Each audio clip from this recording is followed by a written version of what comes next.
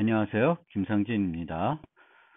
여섯 번째 노트입니다. 이제 이 노트부터는 그 객체 지향에 대한 설명보다는 자바에 있는 기본적인 요소들에 대한 설명이 되겠습니다. 그래서 자바의 원시 타입을 여섯 번째 노트에서 살펴보고, 그 다음에는 조건문, 반복문을 살펴볼 거고요. 노트 8에서는 배열을 살펴보고, 노트 9에서는 문자열과 열거형을 살펴보겠습니다. 즉 6, 7, 8, 9 4개의 챕터를 통해서 자바에 있는 기본적인 요소들을 자세히 설명드리는 그런 파트가 되겠습니다. 여기서 설명드린 내용들은 기존에 여러분들이 그 C나 또는 C++ 배우면서 배웠던 내용들입니다. 따라서 그 언어들과 자바의 차이점을 잘 비교해 가면서 설명을 들어주시면 좋겠습니다.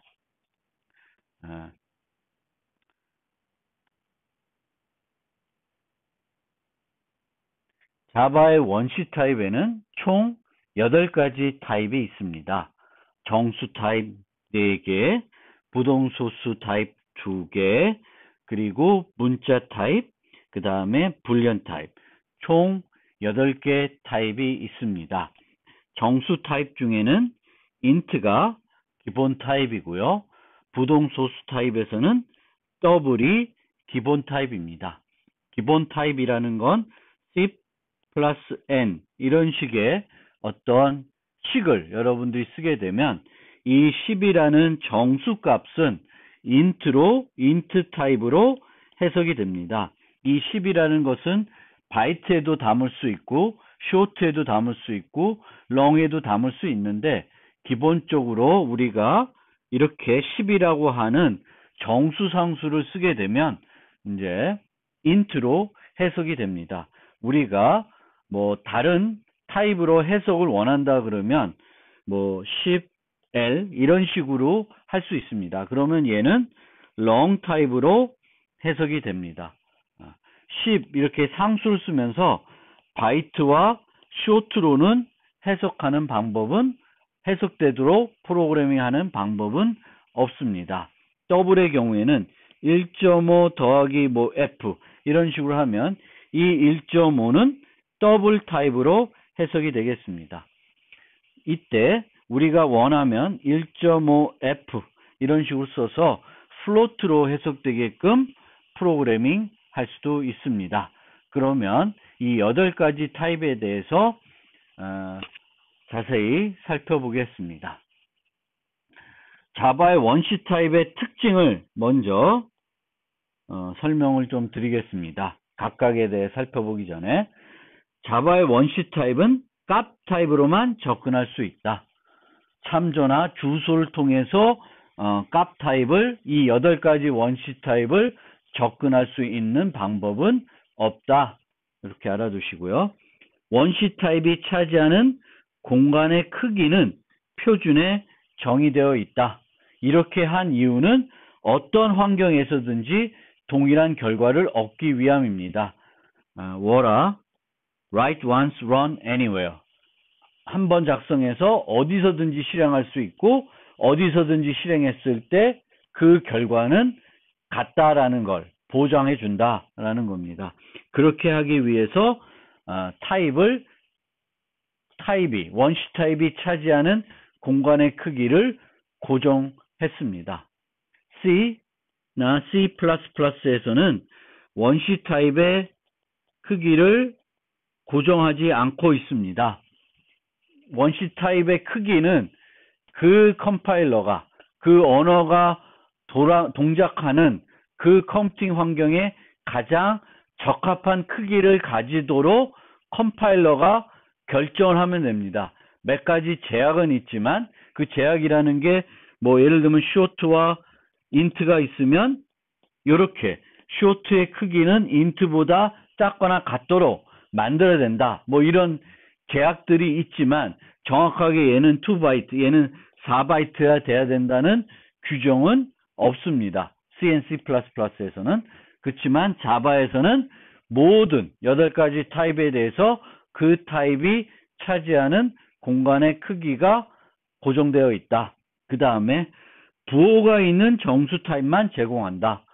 C에서는 unsigned라는 것이 있죠. 그래서 우리가 변수를 선언할 때 앞에 unsigned를 붙일 수가 있게 되겠고, 그러면은 이 타입은 맨 앞에 있는 비트가 부호 비트로 해석되지 않고 그냥 값으로 해석됩니다.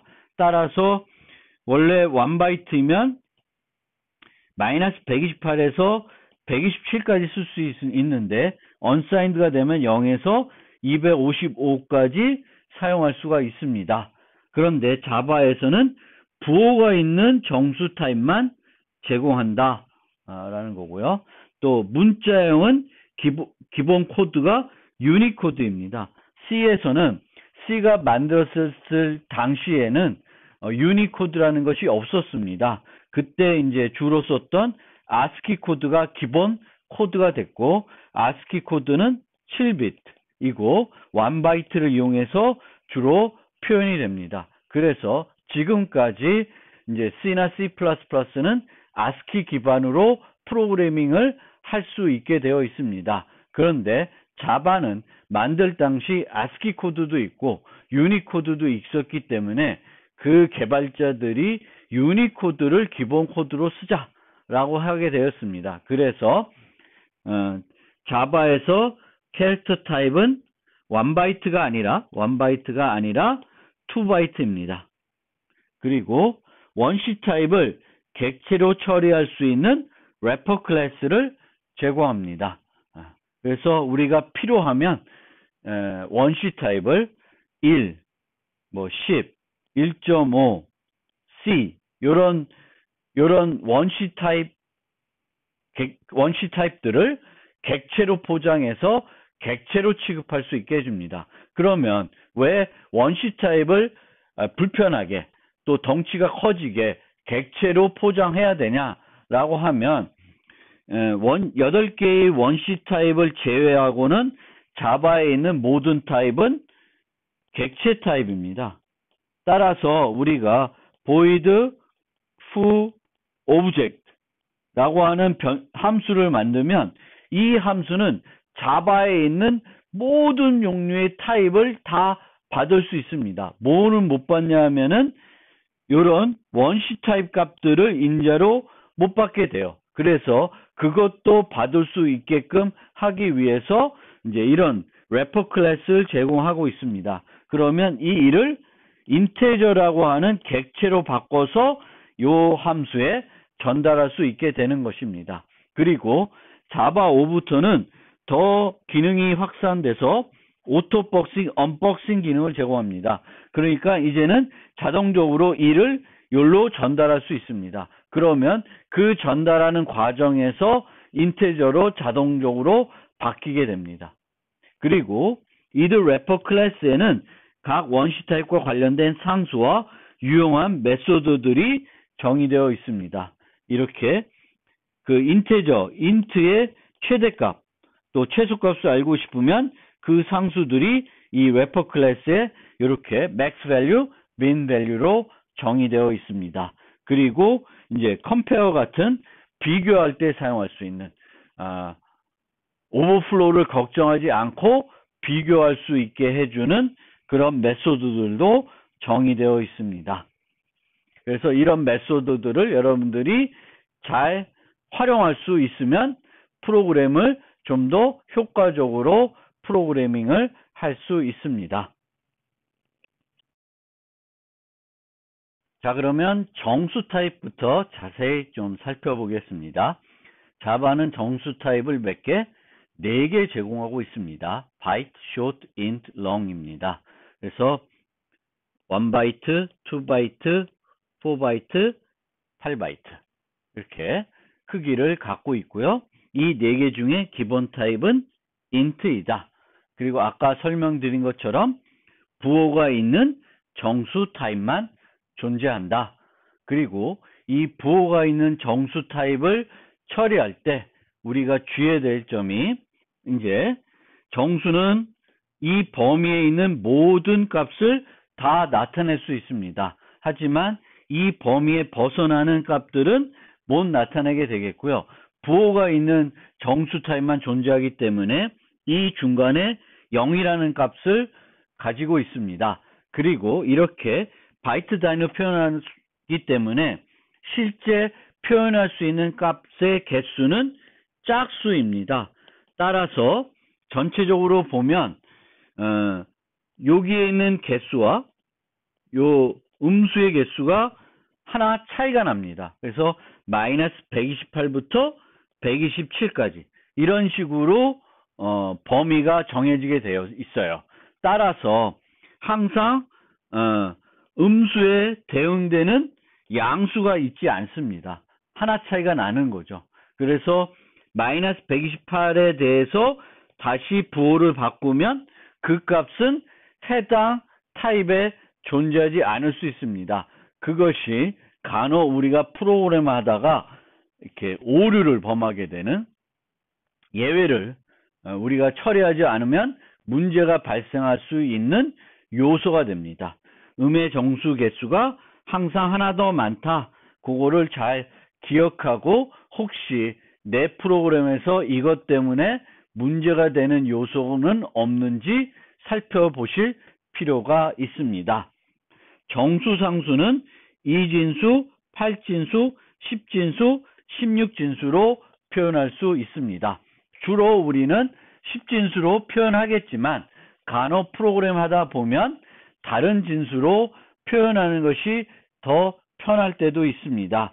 2진수, 8진수, 16진수로 표현하고자 하면 앞에 0B, 0, 0X 이렇게 붙이게 되겠습니다.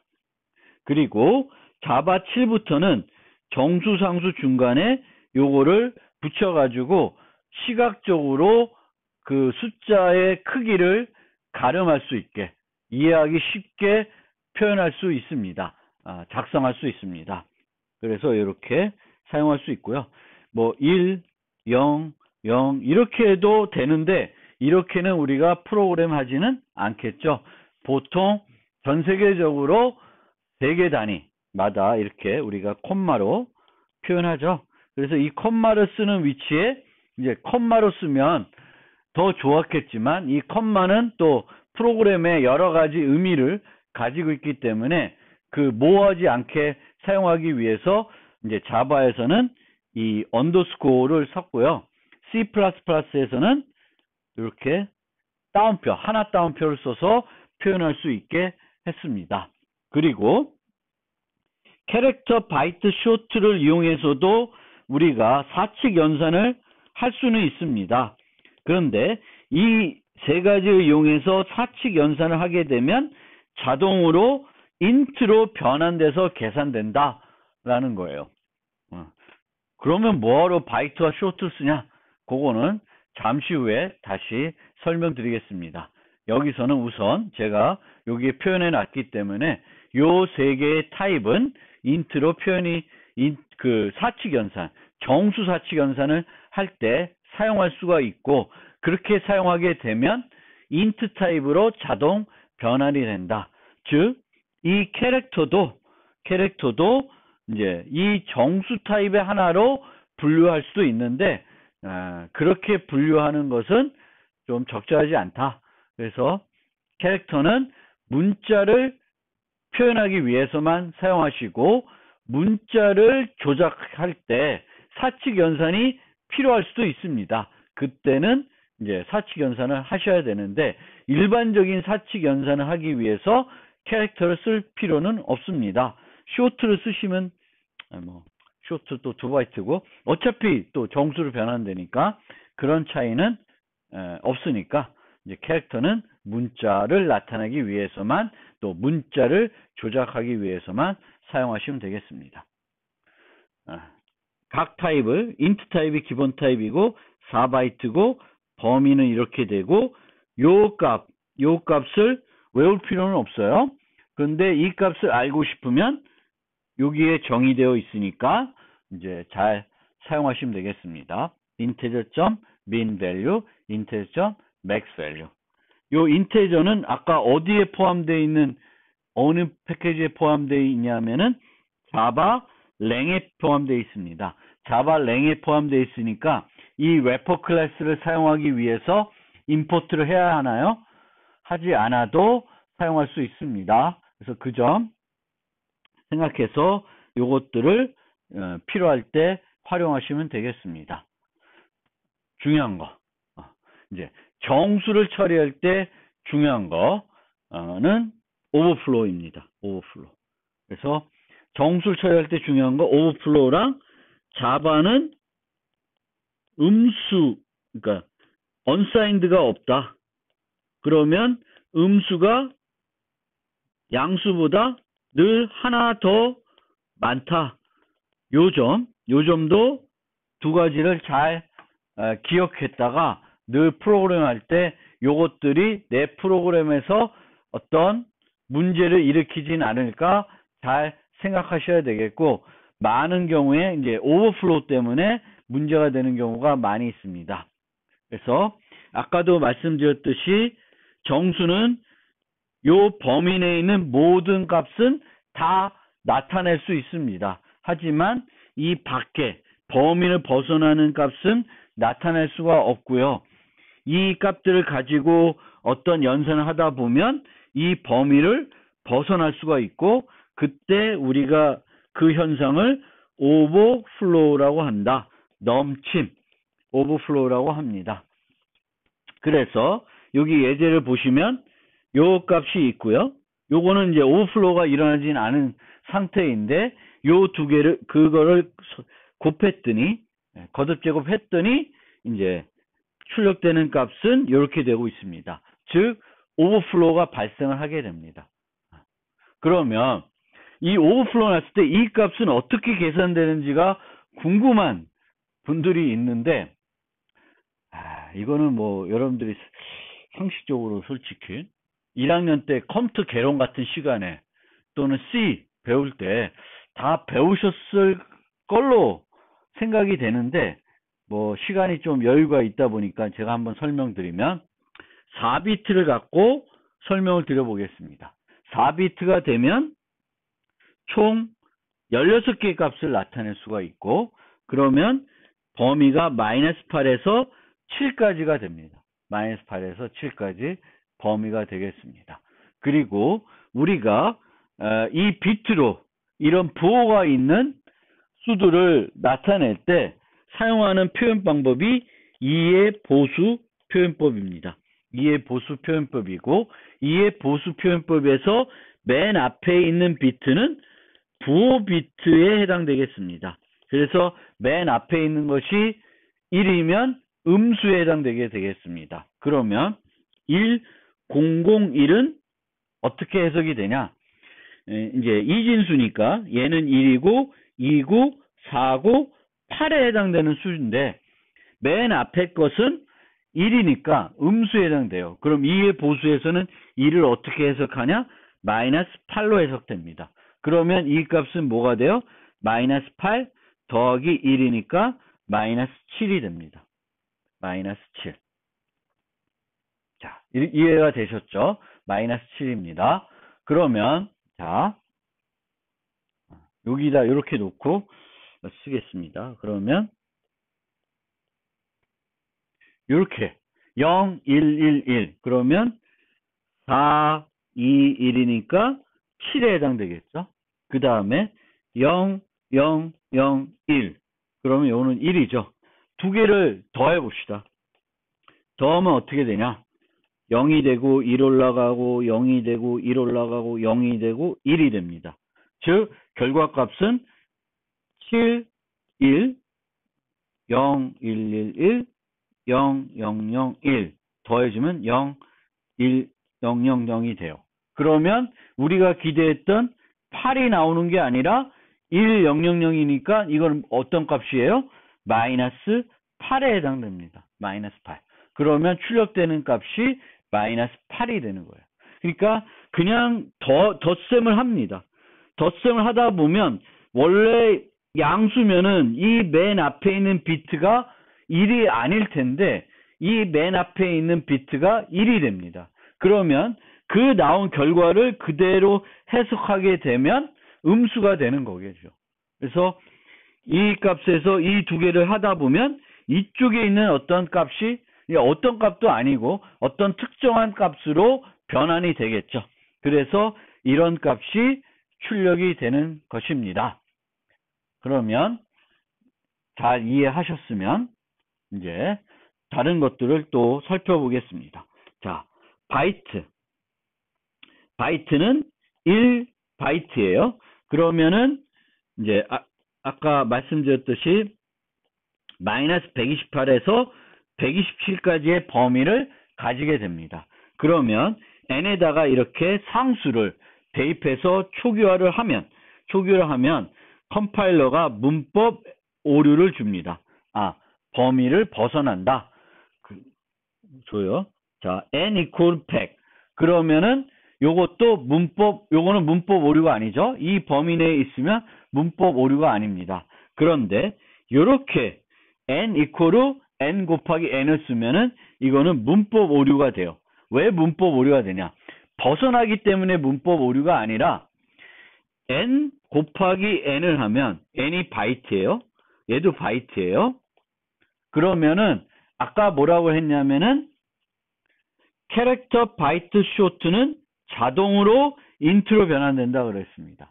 그러면 시스템에서 얘는 인트로, 얘도 인트로 변환해서 두 개의 인트를 곱하게 됩니다. 그럼 결과는 요 값이 돼요. 이거는 인트 범위 내에 들어오는 값이 됩니다. 그래서 오버플로우가 일어나지 않습니다. 그런데 여기서 보면 인트를 바이트에 대입해야 되니까 자바에서 이것은 오류를 주게 되어 있습니다. short, int, long이면 이쪽으로는 대입하는 것은 다 문법 오류가 됩니다. 그래서 얘는 문법 오류가 돼요. 그런데 이렇게 하게 되면 문법 오류가 안 나요. 왜냐하면 n 곱하기 n은 int로 해석이 되고 그 int를 println에 받아서 int 값을 출력해 주니까 아무 문제가 없습니다. 심지어 요 경우에 n이 10이다. 그러면 10 곱하기 10은 100이니까 바이트에 들어가기에 문제가 없습니다. 문제가 없어도 그 자체는 요 바이트 두 개의 곱은 인트로 변환되기 때문에 무조건적으로 오류가 됩니다. 범위에 벗어나지 않더라도 이 경우에는 오류가 발생을 합니다. 그러면 우리가 프로그램 하다 보면 오버플로우가 일어날 것 같은 곳들을 만나게 됩니다. 그런 때 어떻게 하냐? 세 가지 방법이 있습니다. 범위가 더 큰 타입을 쓴다. 두 번째, 식을 바꾸는 거가 있고요. 세 번째는 자바에서는 빅 인테저라는 타입을 또 사용할 수가 있습니다. 그런데 1번과 3번은 성능에 영향을 줍니다. 그렇기 때문에 가능하면 2번 방법을 쓰는 것이 제 오버플로우를 극복하는 효과적인 방법이 되겠습니다. 그리고 범위가 더 큰 타입을 사용하는 것은 여러분들이 자바에서는 항상 아까 정해져 있죠. 캐릭터가 아니라 바이트, 쇼트, 인트, 롱 1, 2, 4, 8 딱 정해져 있습니다. 따라서 쇼트를 사용했는데 오버플로우 나면 인트를 쓰면은 오버플로우가 안 날 것이고 인트를 쓰는데 오버플로우 나면은 롱을 쓰면 오버플로우가 일어나지 않습니다. 따라서 우리가 쇼트 대신에 인트를 쓰고 인트 대신에 롱을 써서 오버플로우 문제를 해결할 수 있는데 C나 또는 C++ 같은 경우에는 이런 식으로 되어 있기 때문에 몰라요. 인트를 쓰는데 오버플로우 난다고 해서 롱을 써서 해결이 안 될 수도 있습니다. 그 컴퓨팅 환경에서는 인트도 4바이트, 롱도 4바이트일 수 있어요. 여러분 컴퓨터에 봤더니 인트는 4바이트, 롱은 8바이트예요. 그러면 해결이 되겠지만 이 것들이 항상 무조건적으로 모든 컴퓨팅 환경에서 해결된다는 보장은 없습니다. C++의 경우에는. 그래서 그런 것들도 언어의 특성을 잘 살펴보고 사용을 하셔야 되겠습니다. 오버플로우 문제의 예를 가지고 이제 구체적인 예를 보면서 그 문제를 해결하는 방법을 살펴보겠습니다. 첫 번째로는 여기가 요 ABS라는 그 함수가 주어져 있습니다. 이 함수는 그냥 잘 만들어진 함수처럼 보여질 수 있어요. 문제가 없다고 생각할 수 있는데 이 ABS는 5동작을 할 수 있습니다. 언제 5동작을 하죠? 아까 말씀드렸듯이 그 자바에서는 이제 그 사인드만 존재하고요.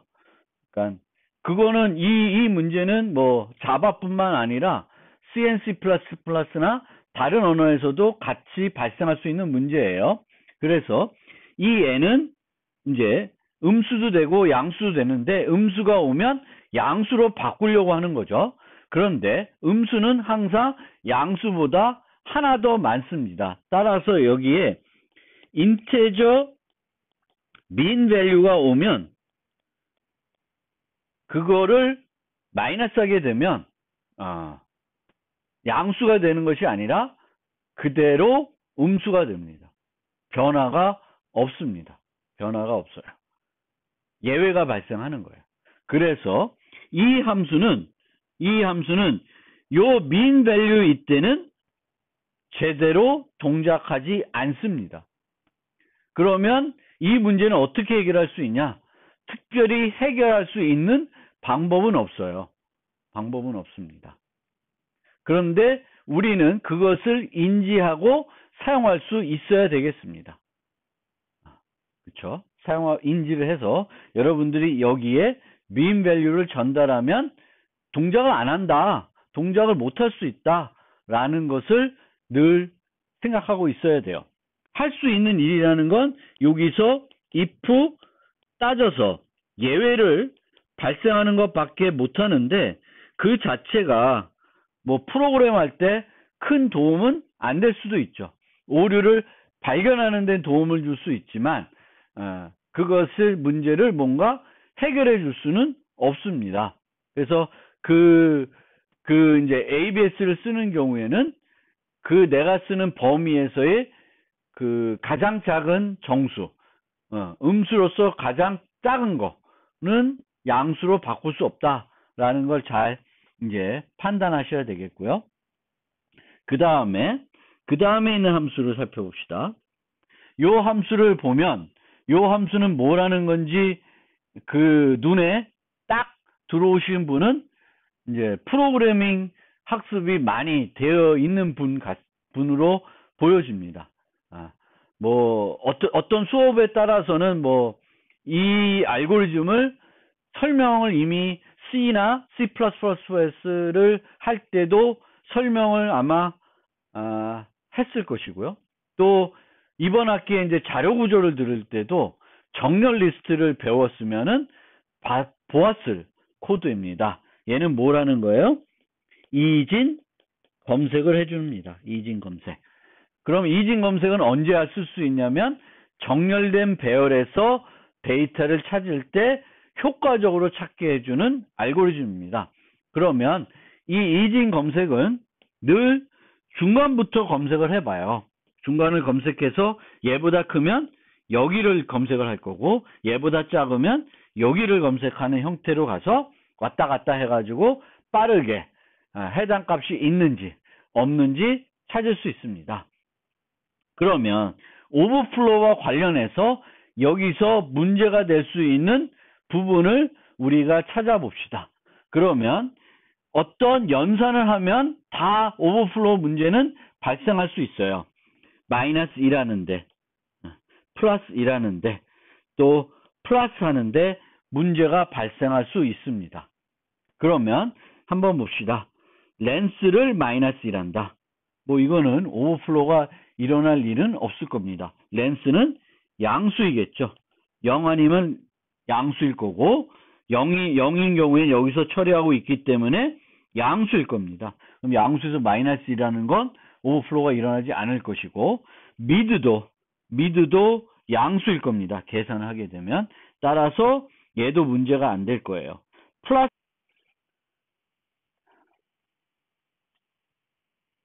오버플로우 관련해서 문제가 될 수 있는 부분들이 여기인데, 방금 전까지 요거와 요거는 문제가 없다는 걸 설명드렸습니다.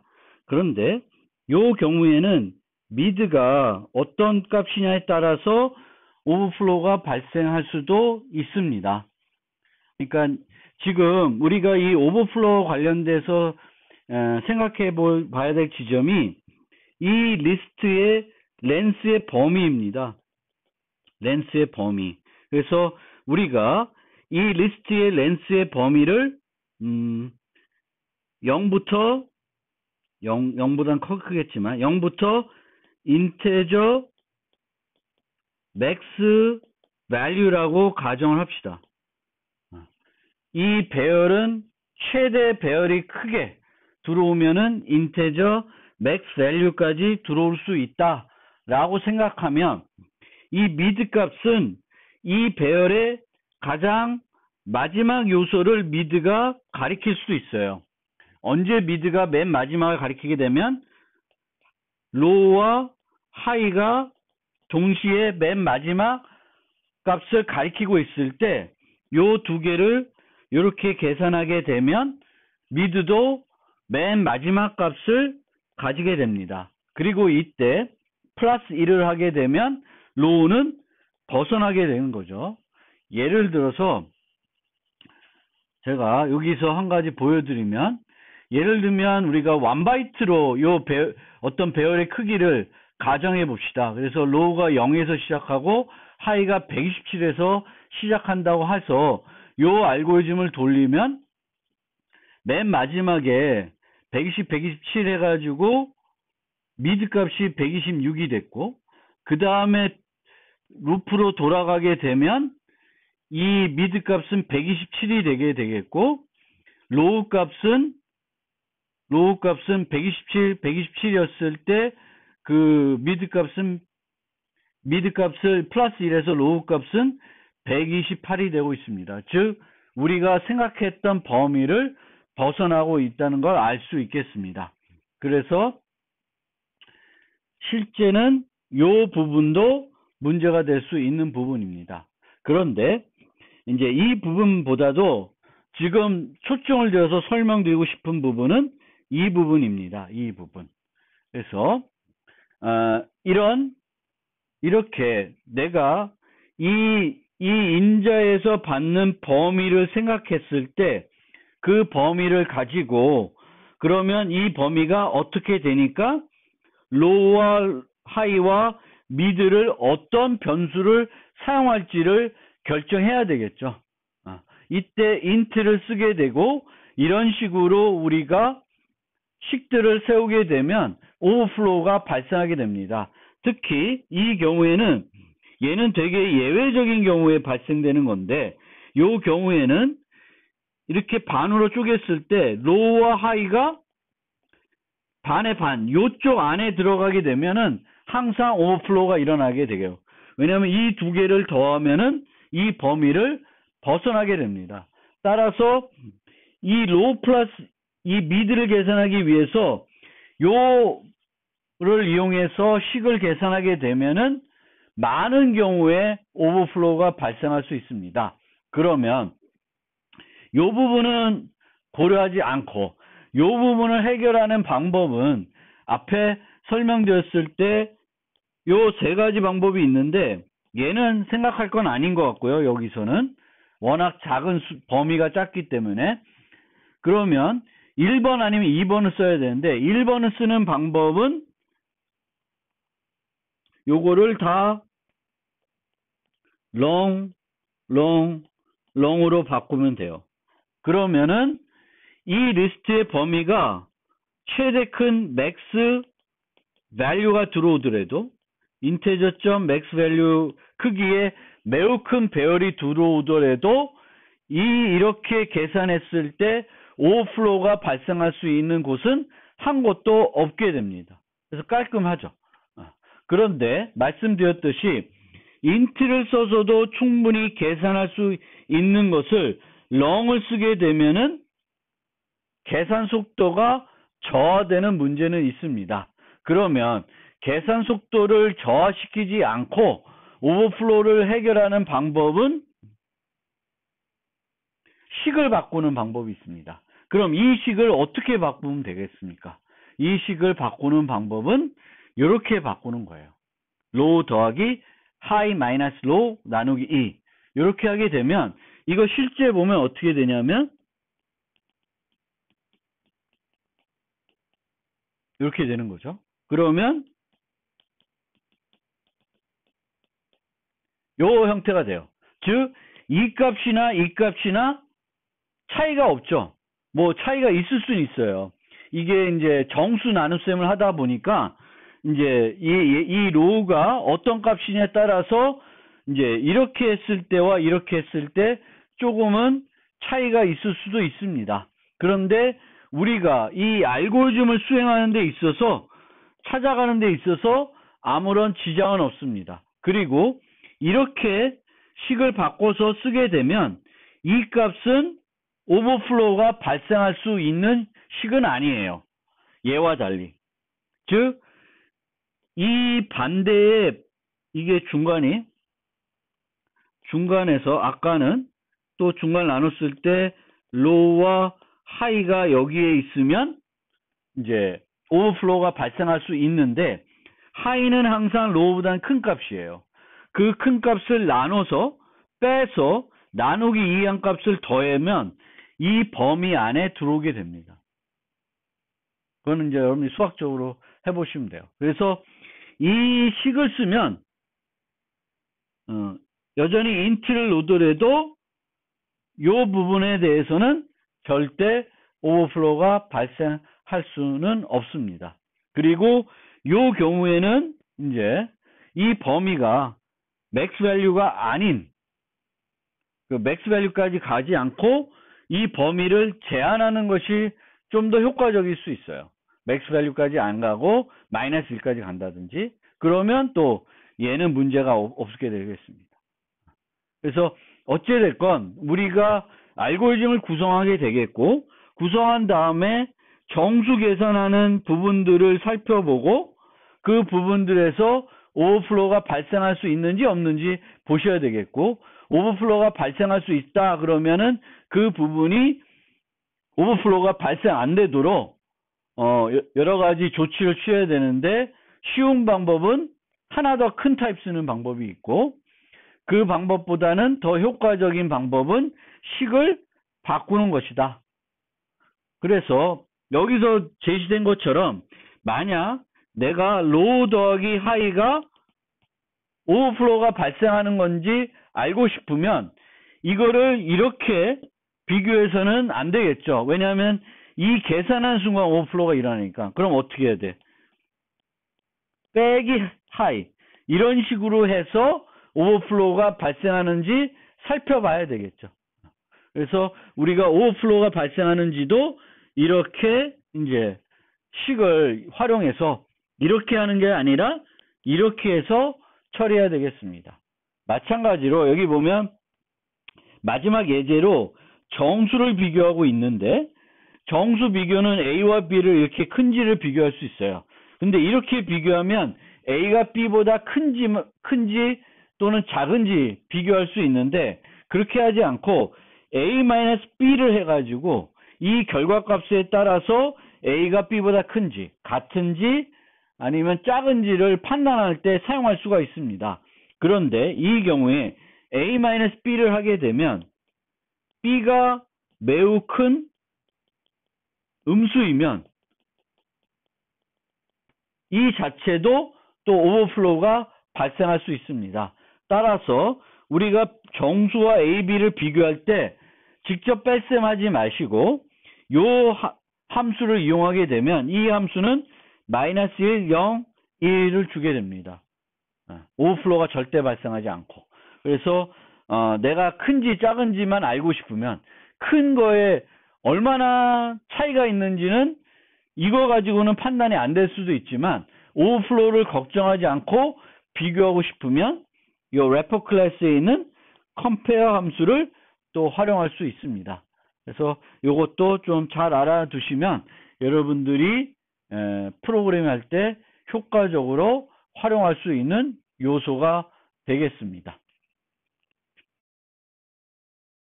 정수 관련 나머지 타입들을 설명드리겠습니다. 나머지 타입에서도 오버플로우를 주의해야 되겠고 항상 음수가 양수보다 하나 많다는 것도 주의하셔야 되겠습니다.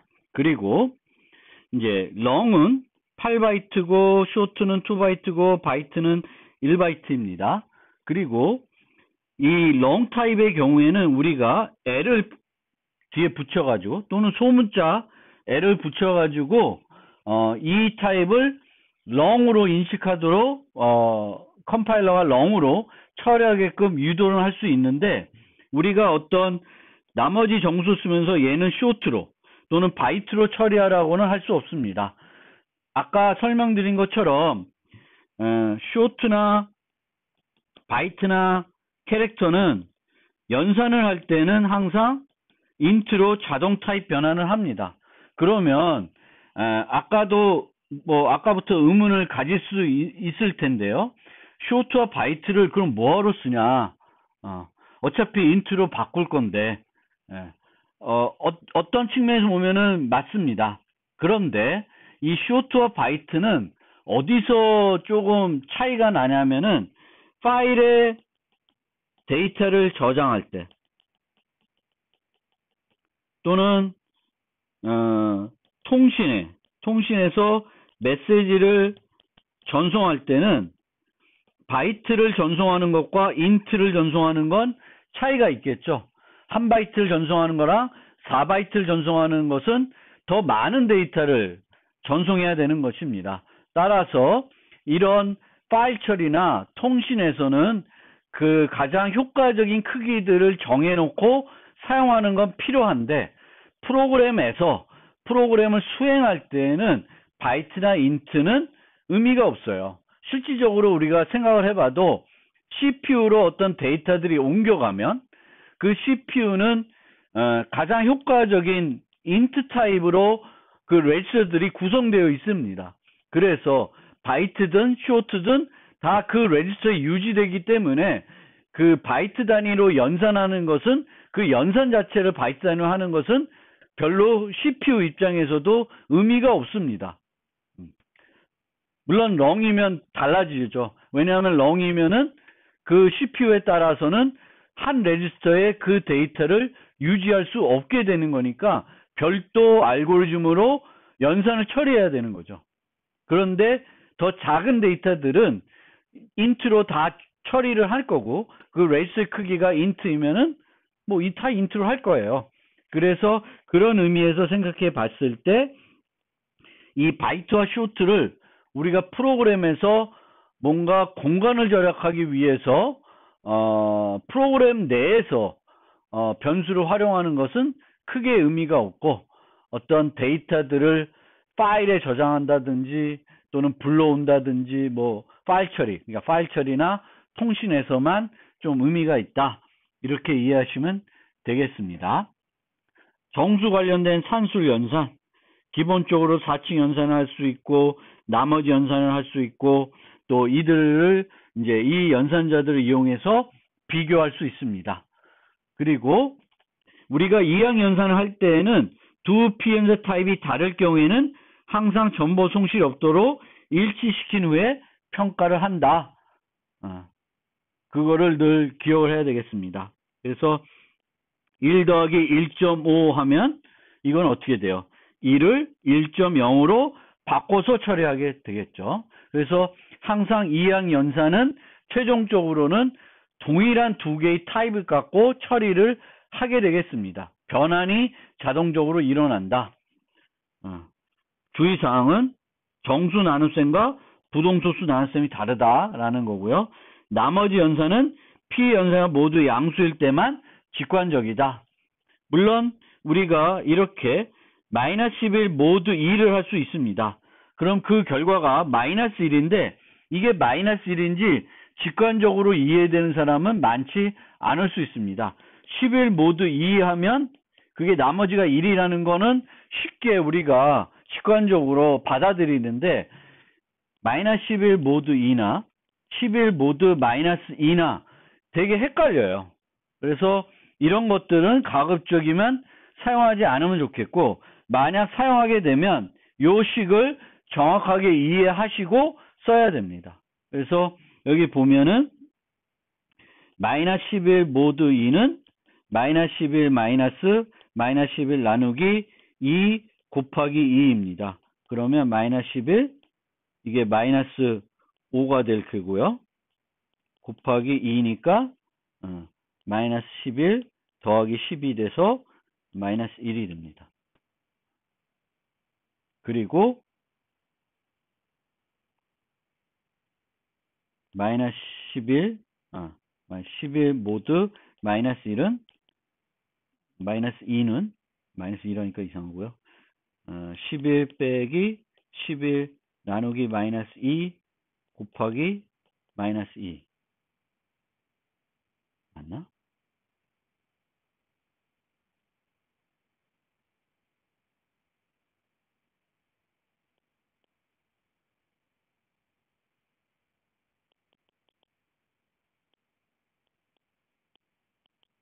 일, 1이 나오는 거가 되겠습니다.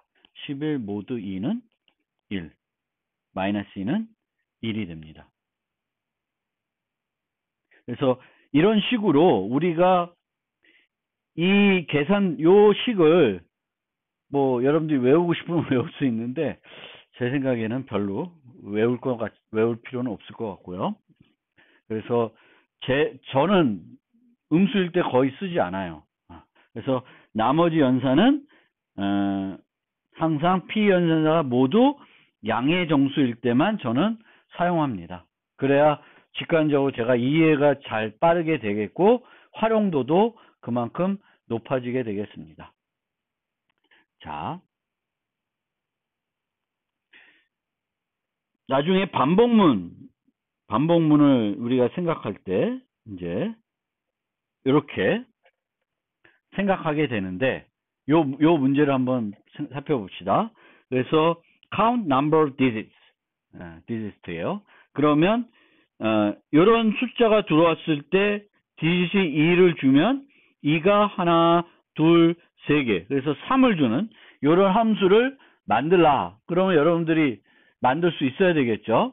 그런데 그거는 이제 반복문 배울 때 가서 한번 해보고 여기서 한번 어떤 예외적인 상황이 발생할 수 있는지를 생각을 해봅시다.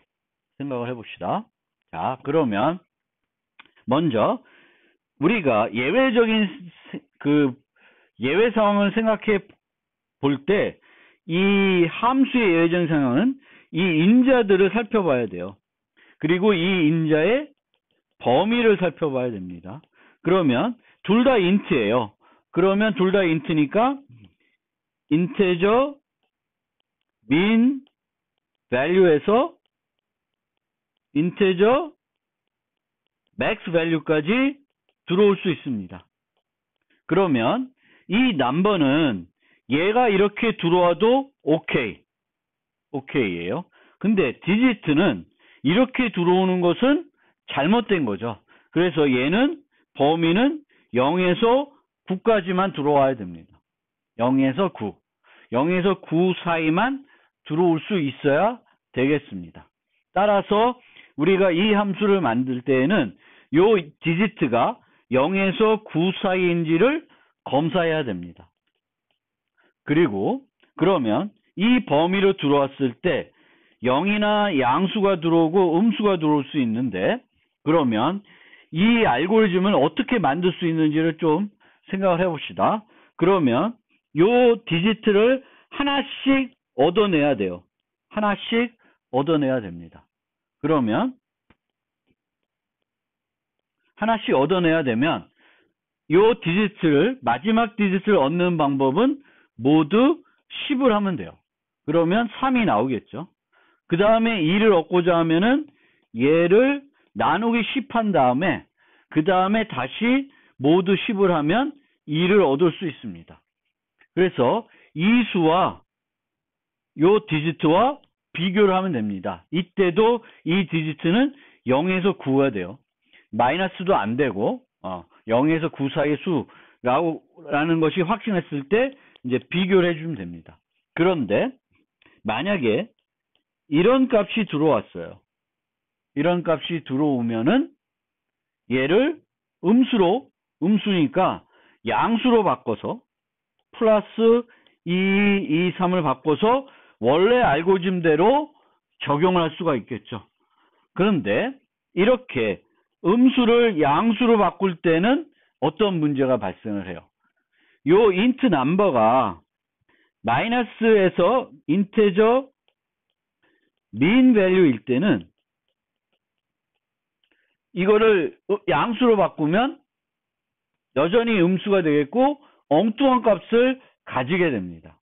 따라서 이제 얘를 무조건적으로 양수로 바꾸는 것은 문제가 있습니다. 그래서 이 부분에 대해서 인테저 mean value가 들어왔을 때를 예외적으로 체크해 가지고 양수를 음수로 바꾸는 그러니까 음수를 양수로 바꾸는 알고리즘을 적용할 수가 있고, 그게 번거로우면 그렇게 하지 않고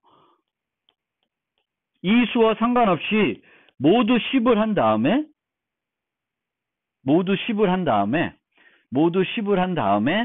얘가 음수가 나올 수 있고 양수가 나올 수 있는데 10인 경우에는 그러면 이 나온 값을 ABS 하면 됩니다. 그러면은 우리가 이 int 넘버가 인테저 mean value가 들어오더라도 모두 10 한 다음에 그 결과값, 요 한 자릿수를 ABS 하는 것, 절대값을 취하는 것은 예외가 발생할 수 없습니다.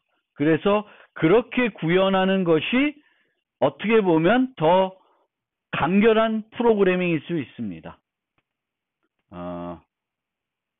더 효과적인 방법일지는 모르겠지만 더 간결한 방법일 수 있습니다. 그래서 그거를 한번 여러분들이 생각해 주셨으면 좋겠고, 실제 구현은 반복문을 설명드릴 때 같이 한번 해보겠습니다.